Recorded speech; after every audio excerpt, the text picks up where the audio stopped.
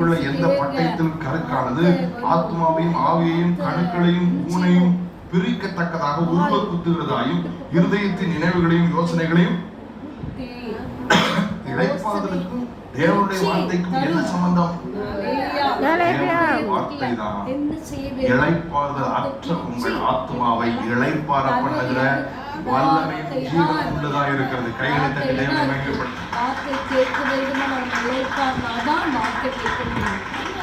It is the word of God that has the potential to stop your mind from overthinking.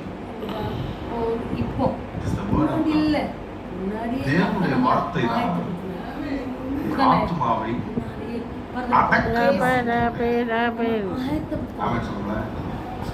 ஆத்மா என்ன செய்யணுமா? பக்கத்துல அடக்கிறது. ஜல்லிக்கட்டுல